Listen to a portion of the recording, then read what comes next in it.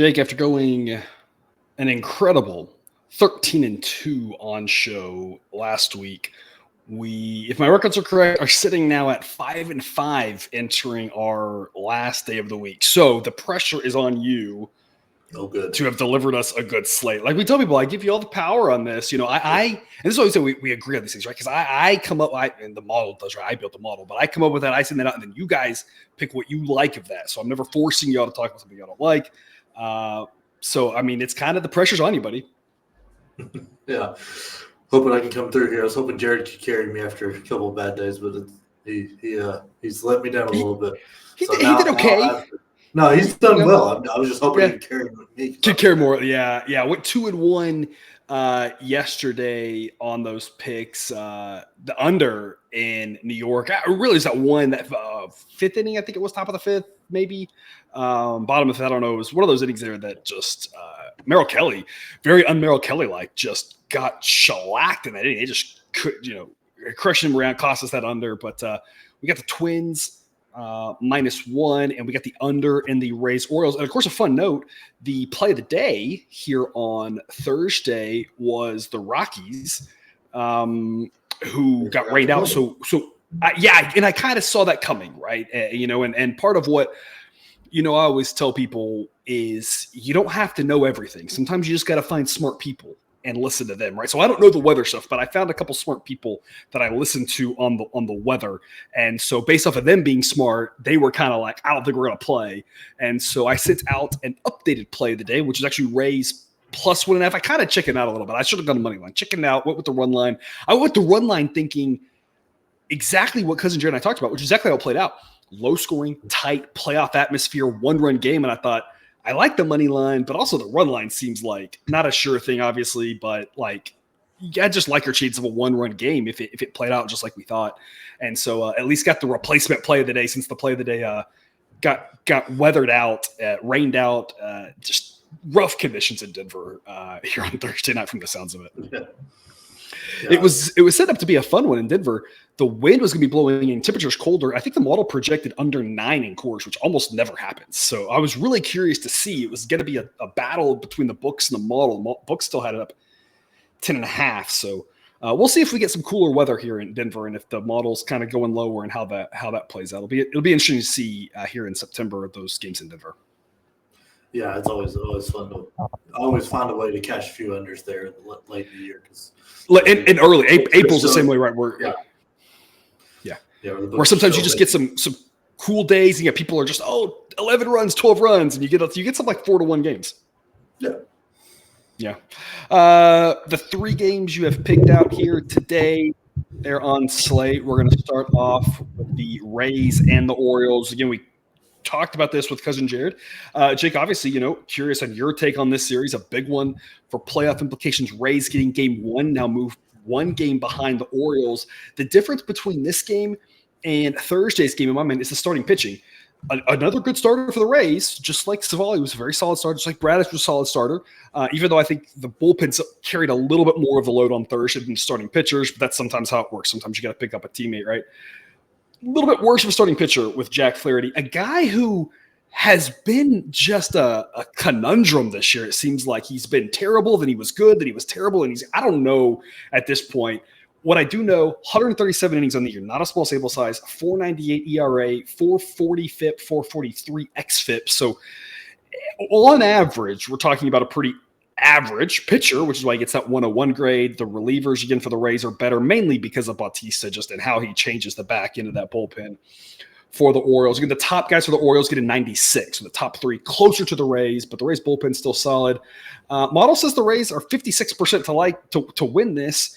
We got them here at -116. It's a B grade. -119 is the B grade threshold. -110 would get us to an A grade. So a solid B grade pick on the road Rays. Jake, we're predicting here that they can get the win and move into a tie for first place here heading into Saturday.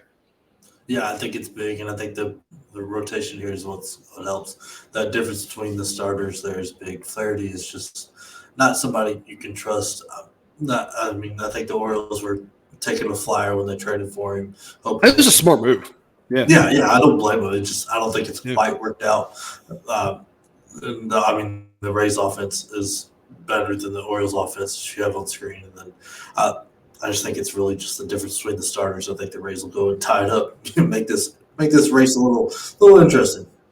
Yeah, and with Flaherty, he had that really great string of starts that really propped his trade value up. Started to fade a little bit in his last starts with the Cardinals. His first start with Baltimore against a very good Toronto offense with 6 innings, 1 run, 8 strikeouts, looked great. And everyone was thinking, oh my gosh, what a great trade. Look at what the Orioles got. I thought it was fantastic. And then after that, it's been somewhere between mediocre and bad. 5 innings, 3 runs, 3 innings, 7 runs, 5 2/3, 3 runs, 4 2/3, 4 runs, 3 1/3, 4 earned, 5 total runs. It's not been great, really, from Baltimore. There was a time when his grade was closer to 90, I think, than 100. And it's just, other than that first start, and the second start was okay against an Astros offense that we all talked about. This Astros offense, right? Can look like the best offense in baseball or look terrible. You never really know what you're doing with them, but they've got the talent. But yeah, it's been a rougher outing, rougher going for Flaherty. And that's what I think. Zach Eflin's been so good to us. That was when I saw this, I thought, hey, man, Eflin's been our boy all year. We've loved backing him. He's been so good to us. Probably still a little bit underrated. This Orioles team is good. We've loved backing the Orioles. I still think they're a great team. It's just, like you said, I think he nailed it. The difference is the starting pitching is likely going to be what helps the Rays, what tilts the scale towards the Rays' favor. Not to say there are any locks and gambling the Rays are going to win this. It's just that, you play this game 20 times and enough of them, a bunch of them, that starting pitcher edge tilts things towards the Rays. And so that's what they've got to hope, that Eflin does his thing and that Flaherty does his thing.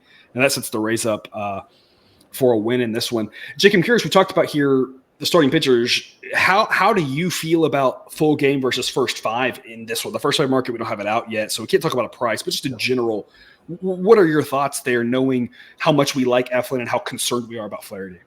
Yeah, in a situation like this, I'll double up. I'll play first 5 and full game, because I don't think the Orioles bullpen is going to be that good to be able to pull Flaherty out. I think they're going to get a little overworked here. I think the Rays win the first 5 and win the full game, and I like to double my money sometimes. Yeah, all right. I'm with you. I think there might be a decent little Rays edge here as well. Probably, it usually works out pretty close to the same. It's a lot of times we've got very similar grades on first 5 from the full game. We're not, usually seeing it that differently from the sports books. Model says the Rays first 5 money line price should be -114, B grade would be -108, and A grade price would be basically even money. So again, that same sort of 10 somethings get you in that same B grade range, and worth it to try to double up here, take advantage of the starting pitching edge and that one. Gonna flip around a little bit here with the Phillies and Cardinals. Similar pitching edge. We're actually gonna be on the opposite side. I'm not gonna bury the lead on this one. Aaron Nola and Zach Thompson. As someone who rosters Aaron Nola in Dynasty and has for the last couple of years now, he has not done well on the road to an extent greater than most pitchers. We always talk about almost every pitcher does better at home with the large enough sample size. The mound, they're used to it. The backdrop, that first inning, they know exactly when to go out there with routine. That first inning's often the toughest because you don't want to get too warm in the bullpen to wear yourself out. But you may not be warm enough, that sort of thing. You always got the top of the line. That first inning's important. Nola's home road splits are a little bit higher this year and even over his career than most guys. So Nola's by far the better pitcher here. But on the road, is a little bit of a question mark.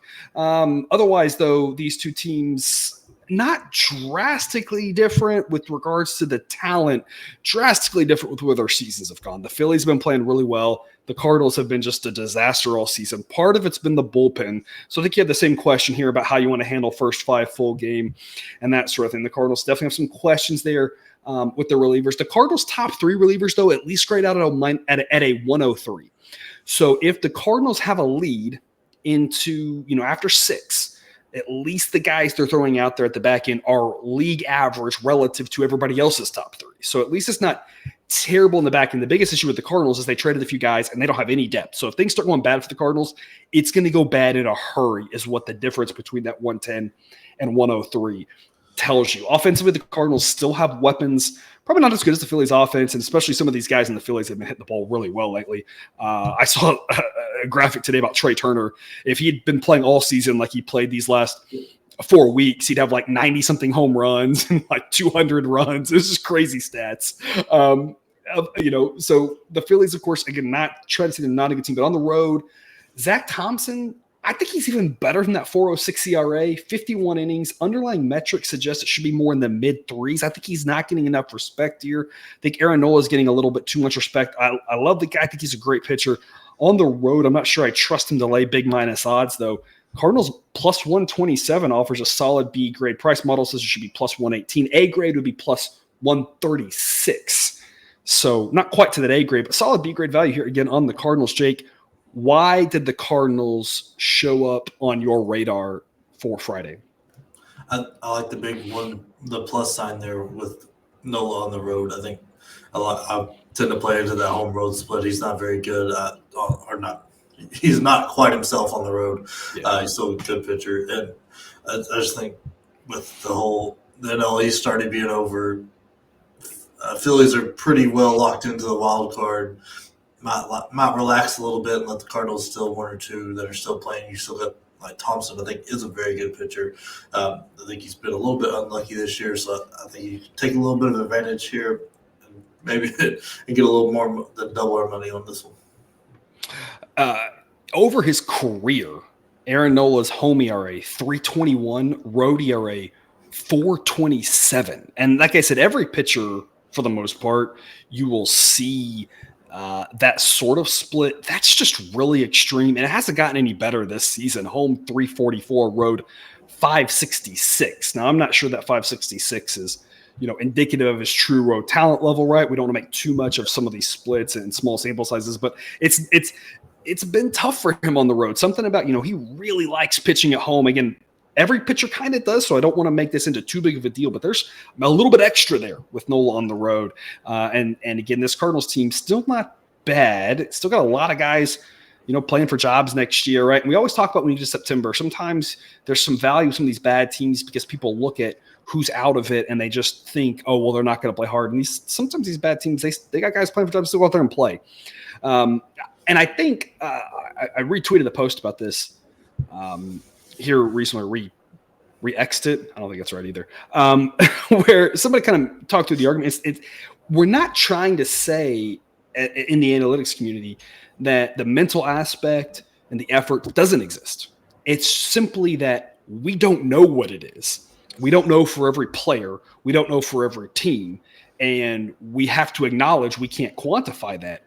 And if you think you can, go for it. But as someone who's tracked these things, if you're trying to pick that out, you're probably going to be about 50-50 on it is the problem, because it's impossible to know for some reason unless you have the inside information, you have a friend on the team, that sort of thing, that can actually get you the pulse of that. Without having that information, we don't really know what's going on in there. And so we focus on what we can track, where the other things are just a toss-up. And that's kind of the thing here with the Cardinals and a bunch of these teams that are out of it going on the stretch. We're kind of going to treat them for the most part as we don't know. We might have guys playing hard, playing for contracts, playing for jobs, playing because they love the game. We might not. We don't really know. And I think that's evidenced by a team like the Padres winning 2 out of 3 against the Dodgers here this last weekend. A Padres team that we said is all but mathematically out, right? They would need to win every game basically the rest of the season to have a shot. So all that to say, Cardinals obviously out of it. Some of these bad teams at plus odds though are going to be worth a flyer here, even though they're playing teams making the playoffs. And like you said, the Phillies might have a little bit of just the same mental letdown because the fact that the division's over, they've got a wild card spot. Obviously, they're still looking to solidify that number 1 wild card spot. They're only a game up on the Cubs. So it's not like they're completely at this point just taking a night off or something. But, we just don't know what these guys' mindset is. And so what we can focus on is the Cardinals bats just a little bit behind the Phillies, starting pitcher behind, reliever behind, but at home, these big plus odds make a good long-term play. So plus 127 here. B grade pick on the Cardinals. Same question to you about the first 5. And it's a little bit of the same story as the first game, a little bit of a different story. The reliever's a little bit questionable for the Cardinals, but you still do have a decent pitcher for Aaron Nola. So how do you feel about this first 5 specifically? This one specifically, I wouldn't mess with. This is a full game for me because like it's different when I've got the better pitcher on my side. Like when I think I've got the better pitcher, especially starter. And yeah, Nola's got those giant splits, but like we were talking about the similar thing with Zach Gallen the other day, and he goes nine shutout on the road. So I mean, Nola's got that similar talent, so he could do that. He can, double up. You want to double down against when you don't have the starting pitcher edge. That makes a lot of sense. Hopefully that's some good insight for our viewers, which takes us to the late game, Dodgers and Mariners. Dodgers, like I said, coming off losing 2 out of 3. I mean, at this point, when you talk about a team that doesn't have much to play for, you have to talk about the Dodgers, right? They are 8 games back of the Braves. They're not catching them. They're 6 games ahead of the Brewers for the 2 seed, and that 2 seed absolutely matters. You get that first round off, so you absolutely want the 2 seed, but they're 6 games ahead of them. You're getting pretty close to the point where they're locked into the 2 seed. That said, they're still an incredible team, and until they officially clinch, we are on Dodger watch, though, because they did this last year when they clinched, and things got weird. There were just nights when everybody had every big name had the night off, which seemed impossible, especially now that they don't have 40-man rosters. Back with 40-man rosters, right? You literally could get every start of the night off. So we are watching that, right? But we haven't seen it yet. The Dodgers still going out there, playing a normal lineup for now. They, maybe later they will. We don't know. But for now, they seem playing a normal lineup. 2 really good teams here. The Mariners, obviously a ton of play for, right in the thick of things in the wild card race, right in the thick of things in the AL West, still only a game and a half back of the Astros, took that brief lead in the division. Now they're back to 3rd. Those teams just jockey around like crazy. And either way, trying to make sure that they keep a stranglehold on that wild card spot, that 3rd wild card spot, which right now they're only a game and a half ahead of the Blue Jays on. So again, massive games for the Mariners. 2 really good starting pitchers, Bobby Miller, George Kirby. Miller's up over 100 innings this year, 3.98 ERA. Underlying metrics say absolutely he is that good, maybe even a tad better. George Kirby, 3.48 ERA. Underlying metrics say he's absolutely that good. I give a slight edge to Kirby. Both these young pitchers are good. If you're a fan of these teams, if you have them in fantasy, especially if it's dynasty, you got to be thrilled about this. Both these relievers are really good. The Dodgers relievers at times overworked, at times, questions, but they still got a lot of talent. They are Mariners, kind of the same thing. They've had some bumps and ups and downs, but a lot of talent. Both sets of relievers, definitely ups and downs, but I just think there's a lot of talent there when you look at who those relievers are. Offensively, though, it's no contest. The Dodgers are the better team. That's why they should be favored. They are -110 gets us to a C grade pick. If it gets to -103, that's a B. In fact, we posted this up. You had the projections if you're with us on Dub Club, and this was -102 earlier in the day. So if you had the projections and you kind of knew our theory, which is Dodgers, any value you take them, and just say in the long run it's going to work out for us. If you were with us on Dub Club, you had those projections, you already locked in about even money on this. It's gotten a little bit worse as of now at -110, but still worth a play because it's still a slight bit of value in the Dodgers. And any slight value in the Dodgers, you just got to take them. It's kind of that simple, right? Yeah, it really is. And I mean, the Mariners have not done Kirby any favors here recently with losing, I think, 4 of his last 5 when he's out. But I mean, he's only got 1 decision there. I mean, he's not been too great in his last 3, letting up some runs, and then you had the Mets game where he only went 3 innings. So he might get, like a young guy, I think he might be showing a little arm fatigue here, and that's not what you want going against the Dodgers offense if they've got their full lineup out there. Any weakness you have, they take advantage of.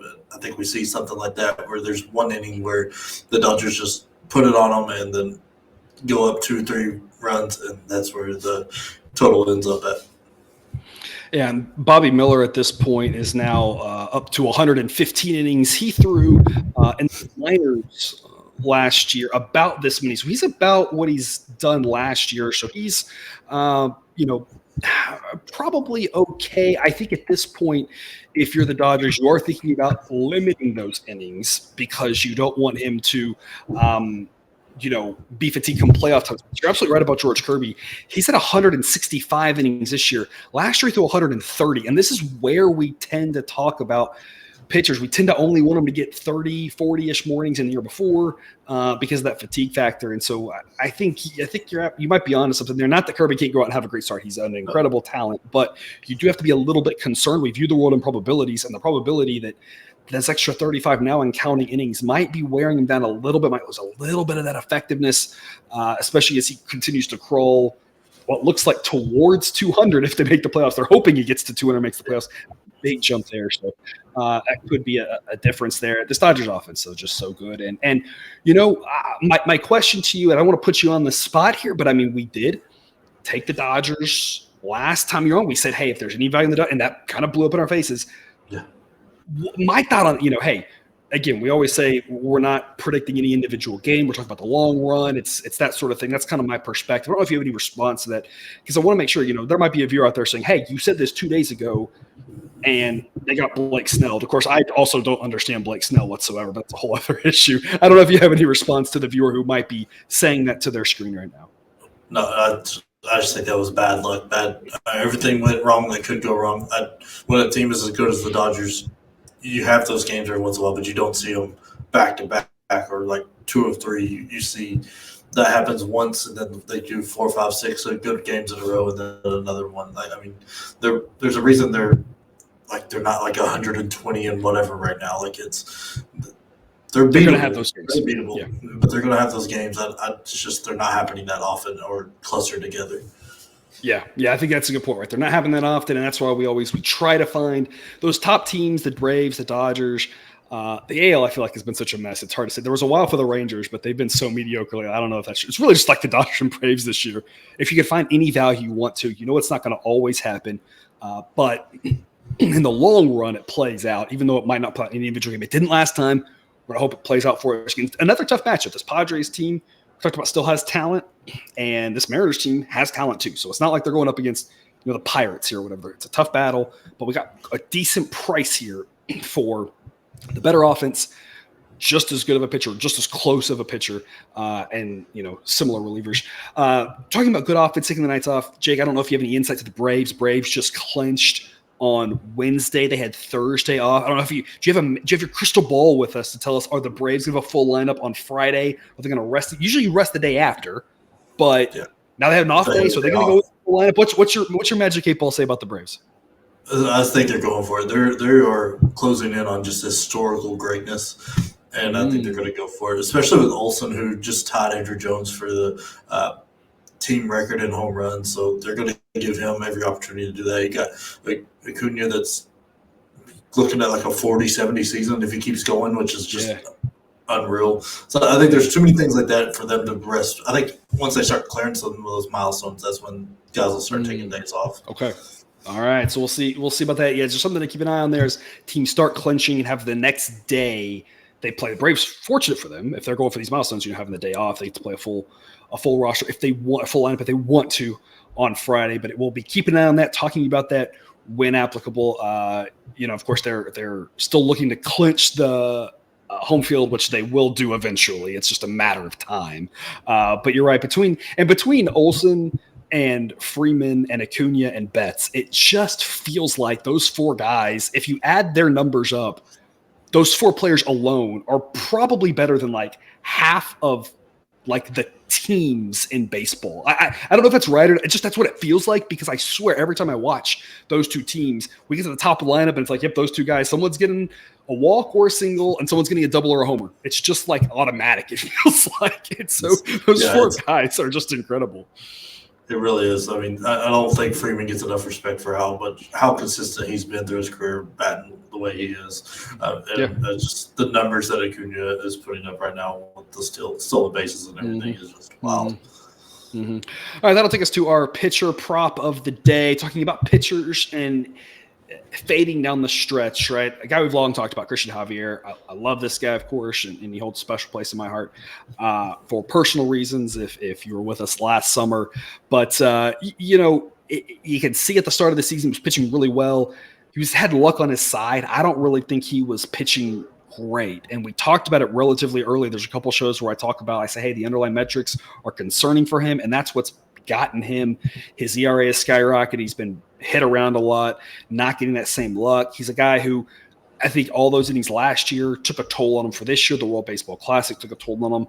We're going to go under 15.5 outs. It is laying a little bit of a price here, but you can just see for the most part, he's had a hard time reaching this number here in the back half of the season. It's not impossible for him to, but he's playing a pretty hitter-friendly ballpark here tonight in Kansas City in one of these still okay weather situations. It's got a little bit higher of a total. Most of the totals are starting to drop like a rock now with the cooler weather that we've had at fall. And the places where it's still kind of hot weather, a lot of them have domes, right? Arizona, Houston, Texas, right? So, weather's coming down, dropping these totals, but it's not dropping in Kansas City. It's still going to be a pretty hitter-friendly environment. These Astros games with Javier just seem to have a lot of runs in them. It's just the team scores. He gives up a lot of runs. As an Astros fan, if he goes 5 innings and gives up 2 runs, I would be thrilled. And you have to wonder, 2 nights ago, Dusty pulled Hunter Brown after 5 innings of no-hit baseball. And, of course, they took that combined no-hitter into the 9th inning. And I think part of his logic had to be the innings, and part of the logic had to be Hunter Brown has struggled so much. He's got the stuff, and wanting to just say, hey, let's finish on a high note. What a great outing. You can take this into your next one. And when you see what Javier's done, that easily could happen again. If he has 5 decent innings, you could easily see after an off night and a fresh bullpen, Dusty saying the same thing. Let's have a good start. Let's build on this. Let's keep your innings down. I'm not saying he won't go 6. I'm just saying there's a lot of ways you could win this because he could be bad. And even if he's good, we've seen Dusty here just 2 nights ago take a pitcher who's been struggling and say, I'm happy with your 5 innings. You're qualified for the win. Let's build off of this because it's not been the best of times of late for Javier or Hunter Brown, which is what happened there. So I like this one, Javier under 15.5 outs. We are paying a price. We're 0-2 this week now on the pitcher prop. So maybe taking a little bit of a safer bet here, land a little bit of a price. I think max he goes 5. Jake, what do you think? Yeah, it's mainly Dusty Baker to me for this one. I think he's got a quick hook anyway, and then now towards the end of the season, it's even quicker. You can see there's been a lot of 5 innings, right around 5 innings mark there for Javier recently, and I think that's what you're going to see. I think 5 innings, everything goes well, bullpen's rested, he's going to get hooked, and then we go on. I think this will be a fairly easy cash. It helps that the Astros have Urquidy now as the long guy in the bullpen who's able to get some extra innings now that they've gone to the 5-man rotation and moved him there. In September, you have an extra pitcher as well. So you just got extra arms in the bullpen to help out. Javier earlier in the season was doing better for Dusty. Dusty's a guy, he gets the players to play hard, and that's one of the most important things as a manager. And so that is really important. And so as an Astros fan, you have to love that about him. He does kind of get things in his head and just kind of rolls with that. And that can be sometimes good and sometimes bad. More times bad, probably. If you're an Astros fan, you're probably screaming about, the usage of Yainer Diaz. You're probably screaming at, or / Maldonado. You're probably screaming at a lot of things that Dusty does. But he kind of, early on in the season, Javier's pitching better. And in his head, he was – Javier's my 6-inning guy. And you could see that early on. And then as he struggled, it's kind of become Javier's my 5-inning guy, and you can see that as it's gone along. And so it's just not obviously every night, every game's a little bit different, but he kind of gets to a little bit more of those. This is how I'm using my guy, gets a little bit more set into that, I think, than maybe some other managers do. And so, like you said, a lot of those right around 15 here as of late. And when it's not been 15, it's been more or less than above, unfortunately. And again, as we're in September, we got to keep these guys arms fresh for the playoffs. They've thrown so many innings. And that's something to keep an eye on if you're doing pitcher props here. Extra arm of the bullpen, keeping guys fresh. Just things to keep in mind here. So under 15.5 outs, -125 our pitcher prop of the day. This was found via Outlier.bet /professor. Get you a 7-day free trial. I searched by prop type. You can search by game. That's what I do. I click each game and check things out.